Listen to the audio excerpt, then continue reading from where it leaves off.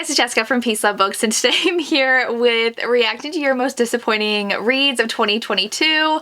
I have not looked at any of these submissions and I just opened it and you guys are hurting me. But I also agree with some. So I knew some favorites would show up on here. I have a ton. So I asked on my Instagram what you guys have as your most disappointing reads of the year, and I would love to chat about them. And I like to do more so like disappointing reads than like hateful reads or like the worst books you read, because some of them you just like had high expectations for and they weren't necessarily like the worst books you've ever read, but you were disappointed in how they turned out for you. So we will chat about these. Now, as always, these are just opinions. This is not like the law that these books are bad. Like, some of them are my favorites, so I'm gonna be hurt, but we will go ahead and chat about them. So if you're not following me on Instagram yet, it's linked down below. I always do fun things like this on Instagram to do videos for, so check it out. Oh, interesting. So interesting. The first few are just very interesting. So the first one is Thank You for Listening by Julia Whelan. So this one's actually the one that I got the most like, not hate, but like disappointment for when I talked about the top 20 books for the Goodreads Choice Awards. This one I literally had never heard of, and people are like, she's like the most popular audiobook narrator ever. And I was like, I listen to audiobooks all the time. I've never heard of her. Now looking back, I realize I have listened to her books before, but that's because she's narrated like Emily Henry and she's more popular on the traditionally published romance side. I tend to listen to exclusively indie or historical romances on audio, so I don't listen to too many traditionally published books on audio, and so that's why I don't know who she is. But that's interesting that this person said that that was the most disappointing book for them because that was on the Goodreads Choice Awards. And I think it's kind of meta where like the person in there's an audiobook narrator, and it's an audiobook narrator who wrote the book. So I don't know. This one I've actually heard, and this person has four boxes they filled out to talk about it. So this one said, I hate to say because I wanted to love it so bad, but that's A Lady for a Duke. Parts of it were gorgeous and it had such important rep, but I never understood how the friendship worked and whether the conflict was her transition or her class status. She spends literally the entire book criticizing him. I could write an essay, so upset. Now I've seen this though. I've seen people love the book for the rep and love parts of the book, but overall some people have been disappointed in it. I have not yet read it. I really want to. The heroine is trans and she was best friends with the hero, and then people thought that she died, I think, when she went to war or something, so she used that as the ability to come back as herself and then befriended the hero who was her best friend and they fall in love. So it sounds so good. It's definitely on my TBR, but I am a little wary because I've heard that people aren't like as madly in love with it as like I think I wanted to be. The next one makes me very, very sad, but I have heard criticism for this, and that's Garnet Flats. So to me, Garnet Flats delivered on the angst by Devney Perry and was so addicting, and I was obsessed. Like, it's one of my favorite books of the series, but I know people did not love the heroine's friend and forgiving the heroine's friend and the hero so easily, because the premise is that he broke her heart when they were in college and literally turned around and married her best friend. And now it's like years later and he's back to win her back, and he is getting a divorce, I think, but like is still really friendly with the best friend. That gave me the mess I love. I eat that mess up in romances, and I was obsessed. I do think that the situation, like the heroine's best friend was not smart and was really annoying how much she affected everybody, but I loved this book. But I know it's not for everybody. Okay, the next one, 100% agree. Broken Bonds by Jay Bree. This book I've seen so many friends devour and obsess with and like read the entire series. We tried doing a read along, my friends and I, and we were going to read the series. We were so excited. It's Why Choose Fantasy, but I did not like the book. It was, I don't even remember what it was about it, but like I didn't really love any of the heroes. It was pretty boring and drawn out, and not a lot happened in the first book, and there were so many questions still not answered that were still not answered in book 2, and the books just got longer and we gave up. Like literally all 5 of us gave up on the series. We were not feeling it. We were dreading reading it, and they were like 600 plus page books, so we all are busy and have so many other things to read that we just DNF the series. Like I said, some friends loved it. I couldn't. We are getting into some juicy stuff. We have Love on the Brain by Ali Hazelwood. I think that this one was definitely less popular or less loved than the Love Hypothesis, and I actually liked the Love Hypothesis better than Love on the Brain. I still give Love on the Brain 4 stars. I don't think it was a bad bad book, but I do think that the romance wasn't as like swoony and just make you giddy, because like reading The Love Hypothesis, I was like, this is so freaking cute and I loved everything about it. Love on the Brain was like cute but didn't reach the same level as book 1. Then we have House of Earth and Blood, which I actually reread this year and gave it immediate 5 stars again because I'm obsessed with this book. Now I will say it's definitely very slow. Like I was rereading it and I'm gonna be showing a vlog for it, and I think the vlog should be ready by this week. But I reread the book for a reading vlog, and as I was reading I was like, wow, I don't remember this beginning being so slow. And then the last 200 pages just like get you and hit you and don't let you go. And that's all I remember from my reading experience is the last 200 pages, how crazy they are. I was bawling my eyes out. I was so attached to these characters. And so I ended up loving it because of the ending, but I can see criticism. I don't know why specifically this person was disappointed in the book, but I loved it. But I know not everybody does, and I know that it could be a little too slow for everyone. The next 3, I 100% agree with. We are getting into the real truth here about these books. We have Every Summer After. I gave this one 2.5 stars. Rounded up to 3. I think I gave it 2.5. I did not like this book. It was mostly a YA book. I ranted about it in my video on Friday. It was not what I wanted it to be. I really love Christina Lauren's Love in Other Words, and this was compared to that, but 70% of this book was YA basically. It was flashing back and forth between when they were kids, falling in love, to now when they have to reconcile, and I said this every time I talk about this book, but she should have dumped that jerk and gone off in bed with his brother. That's what I wanted to happen and it didn't, but okay. So Icebreaker by Hannah Grace. 100% yes, I DNF'd this book. I found it so boring and the heroine was so annoying. It's supposed to be a hockey romance where he has to be a figure skater with her, like her figure skating partner, going to the Olympics, like Cutting Edge. It was so boring. The heroine was the only reason they weren't together and I didn't like him, and they didn't start skating together until like 60% into the book. So I had other things to read and I was like, I'm not gonna waste my time. So definitely disappointing to me. The next one is Book Lovers, which I talked about last week's video. This video is going up on the 19th or 20th, I don't remember, and I'm like super pre-filming. And I have a video going up about the top 10 in the Goodreads Choice Awards. This won the Goodreads Choice Awards in romance, and I gave this 3 stars. I thought it was boring, and I didn't love the characters. Now, I have dear, dear friends who absolutely love this book, and I get like people really love it and they connect with the characters and they really love the hero, but the plot wasn't it for me. I don't think Emily Henry writes like that special of romances. Like they're just like your generic romances. I mean, to be fair, I loved Beach Read. Like, that was one of my favorites, but this one... Also, It Starts With Us. 100% agree. I'm going in order, you guys. Like, this is what I'm getting, and I 100% agree with these. So, this person says anticlimactic, but I think it was expected. I am not someone who likes epilogues, and this was literally just like an extended epilogue. Sure, we had some drama, but even we didn't get to see like them married and with kids. It was just literally like, we're gonna extend the story and just show them trying to be together. And there wasn't a lot of external conflict going on other than like her being worried about Ryle. But I did love having Alice's perspective, but like as a book itself, very disappointing. Then we have Mafia Mistress, which I love this one, but you can't take it too seriously. It's just a fun mafia dark romance time. I mean, like, she's falling for the dad of her betrothed. Like, I don't know like what you expect from this, but I just really liked it. It was super entertaining. I liked the characters and I had a good time. I can see why people don't like it, but A Heart of Blood and Ash, is that the, yeah, by Mila Vane. I really like this, but I have not read this book in years. I want to say, well, I read it when it came out, so it's been like, what, 3 or 4 years since that book came out. This person says they DNF'd it, which I don't think it was that bad. I think it was a really solid fantasy romance read to me, but that makes me sad that you DNF'd it. I haven't read book 2 yet. I've heard book 2 is not as good as book 1, but the next one makes me chuckle because it's Runaway Groomsman by Megan Quinn. I have not liked a single Megan Quinn book I've read. I don't think. The last like 3 books I read by her, I gave 2 stars. I have been burned by Megan Quinn so many times and I just don't trust her books anymore. So that does not surprise me that it was disappointing. You said it was truly awful, and no offense to Megan Quinn, she seems like a lovely person, but I'm just not the rom-com fan of her books. Then we have King of Wrath by Ana Huang. I gave this one 4 stars. I actually ended up enjoying it more than I thought it would.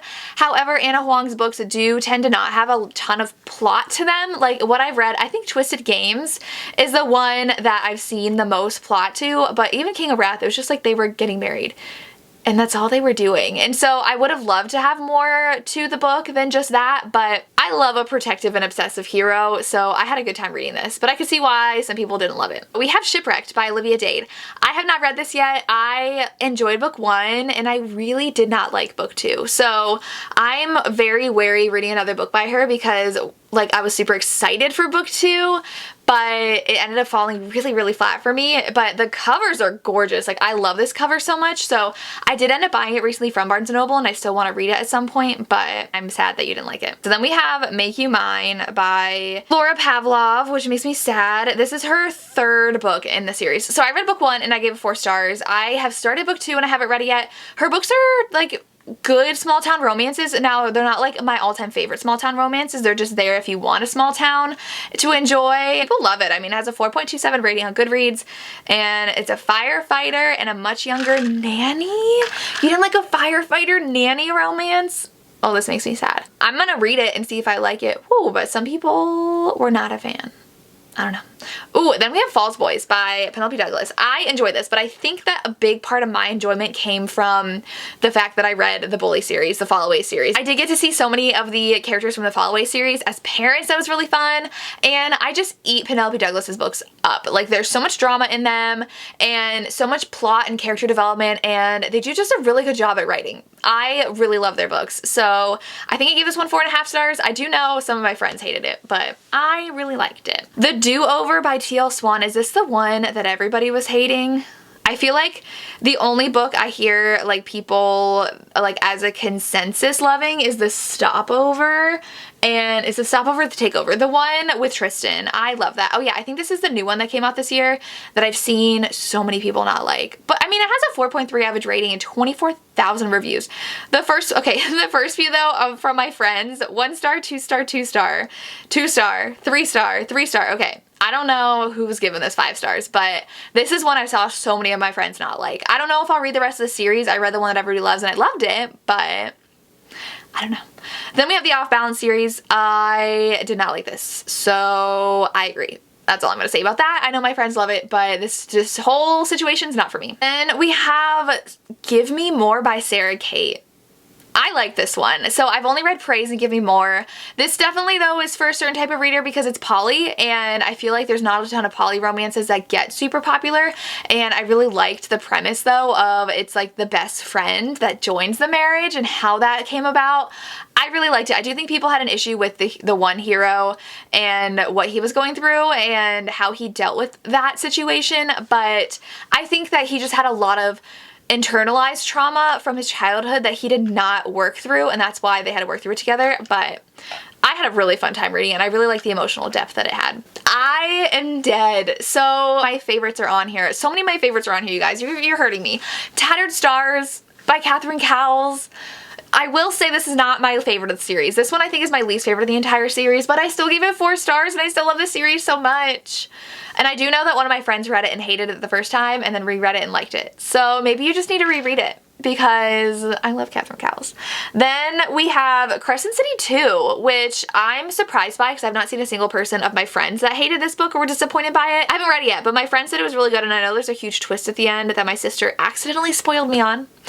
We were talking about it and she was like, oh yeah, when this happened. I was like, I haven't read it yet. And she was like, wait, I thought you did. I know it's been months. I know it came out in February and I still haven't read it, but the ending spoiled for me. We have What Was Meant to Be by QB Tyler. I love this book. So the only complaint I've seen about this is that they got together pretty early on and there wasn't enough angst, but I still felt the angst the entire time because like they did get together a little bit early, but then they had to deal with her boyfriend slash fiance and her parents, and there was enough for me and I loved it. So, oh, someone said the penalty box and that the writing was bad. I love the writing in this series. This one's the 3rd one. It's actually the first one I read in this series and I gave it 5 stars and it made me fall in love with this. So I'm really sad you didn't like the writing. I think the quality was fine in my opinion, but I eat books up like that all the time. Bared to You by Sylvia Day, 100% hated it. I agree. Twisted Love is actually my least favorite of the series, so I think I gave it 3 stars. I agree this was a little disappointing. Twisted Games is still my favorite. I enjoyed Twisted Hate. That was the only one by Anna Huang I think I've given 3 stars. I think I gave it 3 stars. All the rest I've read by her I gave 4/4.5. So Twisted Love was not my favorite. We have The Words. I really like this one. Now, It's long, but I loved the development of the relationship, and I just loved the emotions behind it and all the characters. Like, I'm so excited for the duet coming out in January, so that makes me sad. We have The American Roommate Experiment, which a bunch of people put. I have not read this yet, and I was surprised it it got nominated for the Goodreads Choice Awards, but it didn't get into the top 10. Considering how popular the Spanish Love Deception was, I am surprised that people are not loving this as much. I think that when I saw Elena Armas, she said, I got to see like talk about it at a bookstore. She did say he has like golden retriever energy and it sounds really cute. I do want to read it, but I have seen not as many favorable reviews. Dead Man Walking by Gianna Darling. This one actually is not my favorite of the series. I think I gave this one 4 stars. I do think it was a little too long with not enough in the plot happening. Like after Inked and Lies, one of my all-time favorite books, this one was not blow me away amazing, but like I love everything Gianna writes, but this one I think I gave 4.5 stars. I think a few people put Pen Pal, and I am very aware of why people don't like this book. I'm pretty sure it does not have a traditional HEA, and there's some weird plot twist happening. I had Caitlin from the Love Librarian spoil it for me, and it just sounded very interesting, like not in a good way. So I don't know. I don't know if I would even like it, especially because of that twist. So I don't know if I want to pick it up. More American Roommate Experiment, Twisted series, Every Summer After, Icebreaker. Oh, My Killer Vacation, I definitely agree. This was so insta-love and so over the top, and I was like, I don't like this. I feel like Tessa Bailey's kind of becoming like Megan Quinn, where her books are just like very overtly rom-com, and I don't like it. So I've been wary picking up her books lately, especially after reading this one. I think this is the last one I read. We have Devil of Dublin. I love this book, though Tori read it and hated it, and it was like one of my favorites of the month. So I just really liked I started crying at the end. I love the emotions behind this. I love a romance that spans a lifetime and like it takes them years to be together. So this had every trope I love, and it was dark and it was Ireland, and I loved it. I don't know why you didn't love it, but that makes me sad. So someone said Daisy Hates, and I love Magnolia Parks.